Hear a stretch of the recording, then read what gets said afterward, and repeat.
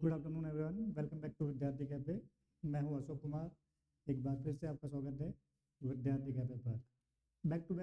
Back to basic series में आज हम लोग पार्ट 7 करने जा रहे हैं, यानी कि जितना हमने बेसिक सीखा उससे एक कदम और आगे बढ़ाने जा रहे हैं। तो फटाफट एक बार रिवीजन कर लेते हैं जो जो हमने अब तक सीखा है। तो वीडियो में आगे चलते हैं। वीडियो में आगे बढ़ने से पहले यदि आप मेरे चैनल पर नए हैं तो चैनल को सब्सक्राइब जरूर कर लीजिएगा और वीडियो को ज़्यादा से ज़्यादा बच्चों के साथ शेयर करिए, वीडियो को लाइक करिएगा। चलते हैं वीडियो में आगे। तो हम लोगों ने अब तक क्या सीखा, फटाफट उसको एक बार देख लेते हैं ताकि हमारा रिवीजन भी होता रहे साथ साथ में और आगे भी बढ़ते रहे। ओके, आप लोग रिवीजन करते रहिएगा।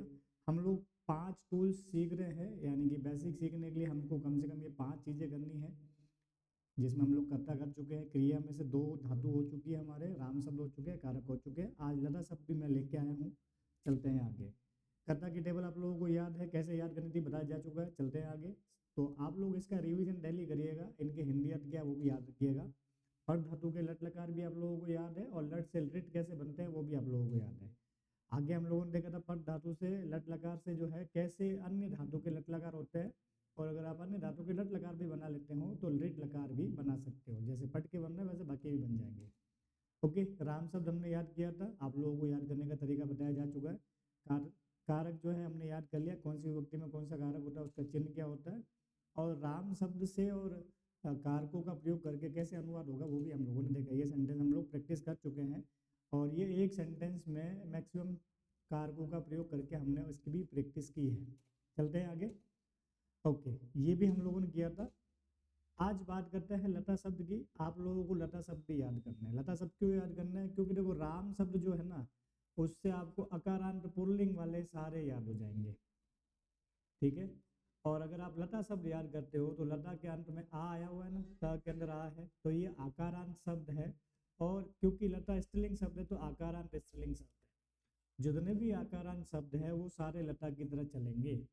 और हम लोगों को लता शब्द अगर याद है तो दूसरे शब्द जो स्त्रीलिंग वाले हैं वो भी याद करने में हमको हेल्प मिल जाएगी। तो आप लोगों को लता शब्द जरूरी है याद करना, आप लोग जरूर याद करिएगा इनको, ठीक है। याद वैसे ही करना है, नंबर 1 पे ही उंगली रखेंगे, यानी कि 7 विभक्ति एक संबोधन है तो एक लाइन में 3 है, तो 1 नंबर पे जो है उंगली रख के आप बोलेंगे लता लते लता।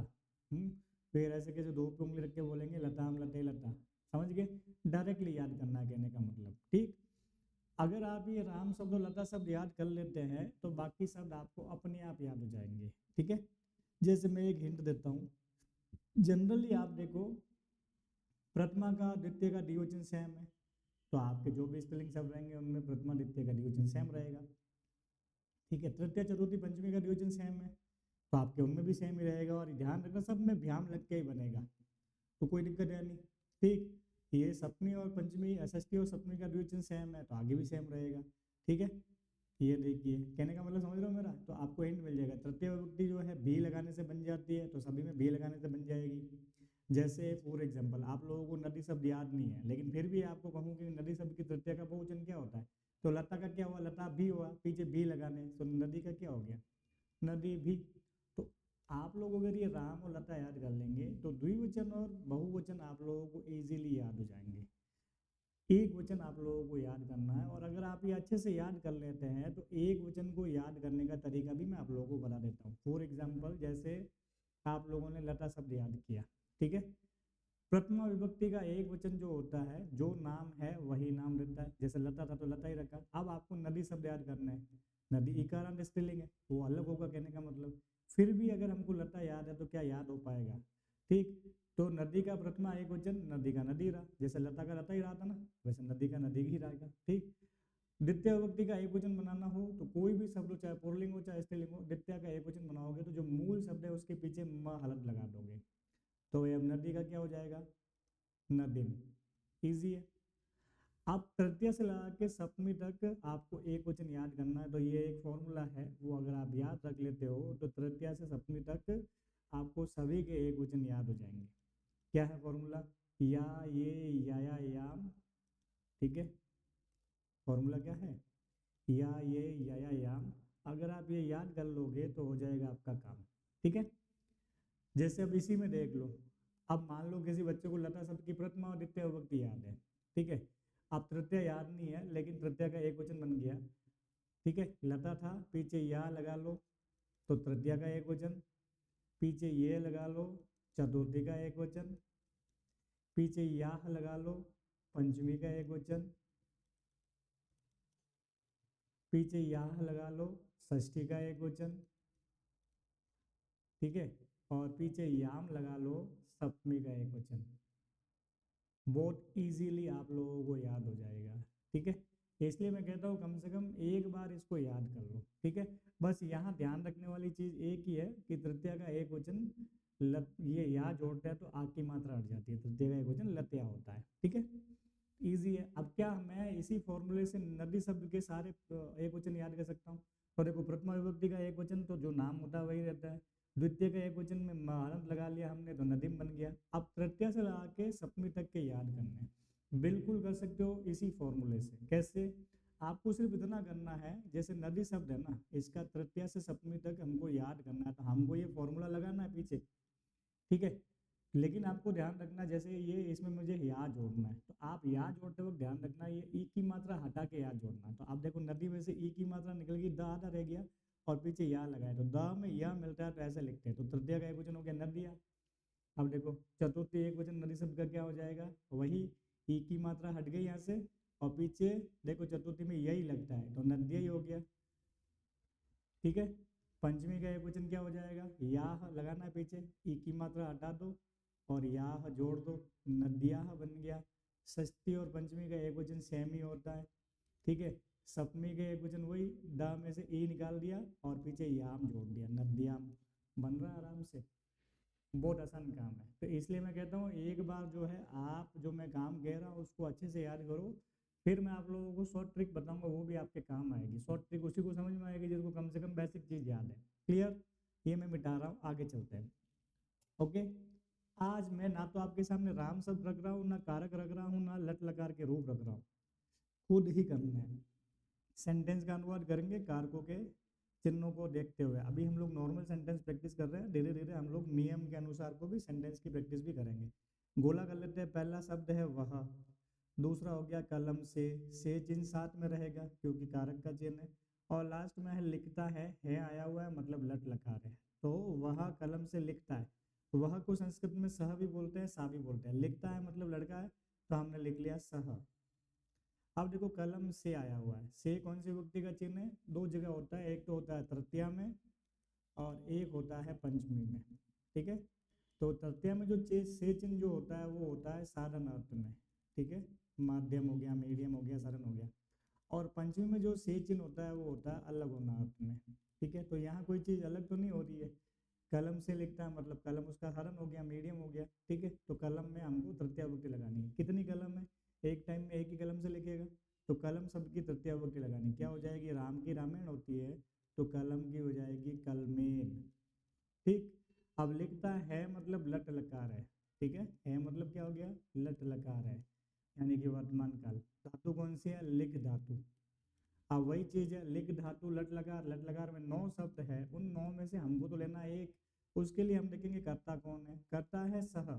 कौन से वचन का और कौन से पुरुष का है? अगर आपको कर्ता की टेबल याद है तो आपको पता होगा ये प्रथम पुरुष का एक वचन है, प्रथम पुरुष का एक वचन। तो कर्ता प्रथम पुरुष का एक वचन है तो क्रिया भी प्रथम पुरुष की एक वचन की, तो लिख धातु का प्रथम पुरुष एक वचन हो गया लिखती।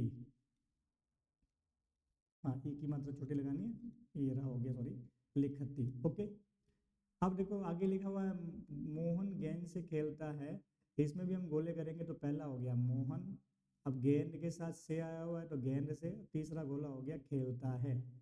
तो अब सबसे पहले करता है मोहन, और कर्ता में तो आपको पता है प्रथमा विभक्ति होती है, और मोहन कितने हैं? एक ही है तो प्रथमा का एक वचन हो जाएगा, जैसे राम का रामः होता है, मोहन का मोहनः। अब गेंद से फिर से देखो से चिन्ह आया, से चिन्ह दो जगह तृतीया और पंचमी में। अब आपको पता चल गया होगा कि ये अलग हो रहा है कुछ की साधन है उसका, तो गेंद से खेल रहा है, गेंद उसका साधन हो गया। गेंद होती है, गेंद को बोलते हैं कंदुकम, है ना, लेकिन हमको कंदुक शब्द की कौन सी विभक्ति लगानी है? तृतीया, ठीक है। तो क्या हो जाएगा? कंदुकेन। एक ही गेंद है, एक टाइम में एक ही गेंद से खेलेगा तो कंदुकेन। अब खेलना के लिए खेल धातु भी होता है, क्रीड धातु भी होता है, आपको जो अच्छा लगे प्रयोग कर लेना। हम लोग खेल धातु का प्रयोग कर रहे हैं, पीछे है आया मतलब लट लगा, तो वो क्यों चीज़ लट लकार में 9 शब्द है, हम कौन सा लेंगे? तो मोहन को देखेंगे कौन से वचन का और कौन से पुरुष का है। तो कर्ता की टेबल में मोहन आता ही नहीं है, लेकिन मैंने आपको बता रखा है कि जो शब्द कर्ता की टेबल में नहीं है वो सारे प्रथम पुरुष में आएंगे। तो मोहन कौन से पुरुष में हो गया? प्रथम पुरुष में। प्रथम पुरुष का कौन सा वचन है? एक वचन, एक ही मोहन है। तो खेल धातु का लट लकार का प्रथम पुरुष एक वचन लेना है, जो कि हो गया खेलती। क्लियर? 2 सेंटेंस बन गए। तीसरा देखो, राम जयपुर जाता है, गोले कर लेते हैं, राम जयपुर जाता है। तो सबसे पहले राम करता है, तो कर्ता में प्रथमा विभक्ति होती है, तो हो गया रामः। अब देखो जयपुर जो है उसके बाद कोई कारक चिन्ह नहीं लगाया। तो उस दिन मैंने बताया कर्ता और क्रिया के बीच में जो शब्द आए हुए हैं, अगर उसके बाद कारक चिन्ह लगा हुआ है तो जो चिन्ह लगा है वो वाली विभक्ति लगाना, और अगर कोई चिन्ह नहीं लगा हुआ हो तो उस शब्द में द्वितीय विभक्ति लगाना। कौन सी विभक्ति लगाना? द्वितीय विभक्ति लगाना। तो आप देखो जयपुर शब्द में कौन सी विभक्ति लगाएंगे? द्वितीय विभक्ति लगाएंगे, क्योंकि जयपुर के बाद कोई चिन्ह नहीं है। और द्वितीय का कौन सा वचन लगाएंगे? तो जयपुर एक ही है यहाँ पे, तो क्या हो जाएगा? जयपुरम। जैसे राम का रामम होता है, तो जयपुर का क्या हो जाएगा? जयपुरम। ओके, जाना को संस्कृत में कहते हैं गम धातु, जिसके रूप चलते हैं तो गच वर्ड यूज करते हैं। तो गम धातु का लट लकार का प्रयोग करना है। वही बात, लट लकार में 9 शब्द है, तो हमको कौन से वचन का और कौन से पुरुष का प्रयोग करना है? तो राम जो है वो किस में जाएगा? उस टेबल में नहीं है, मतलब प्रथम पुरुष में जाएगा।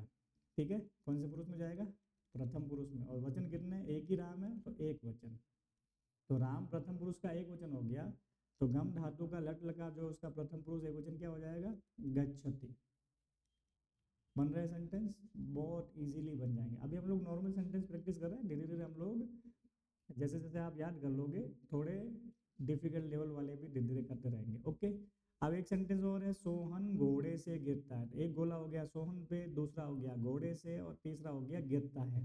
तो सबसे पहले कर्ता कौन है? सोहन है, तो कर्ता में विभक्ति लगती है प्रथमा, तो सोहन, एक ही सोहन है। अब देखो घोड़े से लिखा है, अब देखो से चिन्ह आया फिर से। अब हमको पता है से चिन्ह 2 जगह होता है, तृतीया में और पंचमी में। तृतीया में साधन अर्थ में होता है और पंचमी में अलग होना अर्थ में हो रहा है। अब आप देख लो, घोड़े से गिरता है तो घोड़े से अलग हो रहा है ना? तो अलग होना अर्थ में कौन सी विभक्ति लगती है? पंचमी। घोड़े को कहते हैं अश्व। घोड़े को क्या कहते हैं? अश्व। तो अश्व शब्द की पंचमी विभक्ति क्या हो जाएगी? एक ही घोड़ा, तो पंचमी का एक वचन लगाना। जैसे राम का रामात होता है, अश्व का हो जाएगा अश्वात। ठीक, ओके। अब वही बात है, गिरना। गिरना को संस्कृत में बोलते हैं पत धातु। पीछे है आया हूं मतलब लट लकार, तो पद धातु के लट लकार का प्रयोग करना है। अब वही सवाल कि पद धातु में 9 शब्द है, कौन सा वाला लेंगे? तो फिर वही करता, देखो आप, सोहन करता है। सोहन कौन से वचन का और कौन से पुरुष का है? वही बात है, उस टेबल में नहीं आता। टेबल में कौन से आते हैं? स तौ ते साते दा तत्ते दानी, ये प्रथम पुरुष के। तुअम युवाम यूयम, ये मध्यम पुरुष के हैं। अहम अवाम वयम, ये उत्तम पुरुष के हैं। तो इस टेबल में जो नहीं है वो सारे प्रथम पुरुष में जाएंगे। तो सोहन प्रथम पुरुष का हो गया, और एक ही सोहन है मतलब एक वचन हो गया। ठीक, तो सोहन प्रथम पुरुष का एक वचन है। तो हमको पद धातु यानी गिरना यानी पद धातु, इसका प्रथम पुरुष एक वचन लेना पड़ेगा। ठीक है, तो वही बात है, प्रथम पुरुष एक वचन क्या हो जाएगा? जैसे लट पट का पटती होता है, तो पत का हो जाएगा पतती। क्लियर हो गई बात मेरी? यानी कि हम लोग कारकों का प्रयोग करके और शब्द रूपों का प्रयोग करके सेंटेंस कैसे बनाते हैं, आप लोगों को थोड़ा थोड़ा तरीका समझ में आ गया होगा। ठीक, तो जितना जल्दी हो सके बेसिक चीज़ें याद करिए, फिर हम लोग थोड़े और इसका लेवल थोड़ा धीरे धीरे हाई करेंगे। ठीक है, तो आप लोगों को कम से कम उस लेवल तक पहुंचने के लिए पहले तो ये बेसिक चीज़ें याद होनी चाहिए। अभी तक हमने केवल लट लकार का प्रयोग किया, सेंटेंस तो पास्ट में भी होंगे, फ्यूचर में भी होंगे, इसलिए आपको लकार भी सारे याद करने पड़ेंगे। तो धीरे धीरे मैं बता रहा हूँ, सारी चीज़ें आपको याद करना है। ठीक है, आज के लिए बस इतना ही, बाकी हम लोग अगले वीडियो में देखेंगे। धन्यवाद।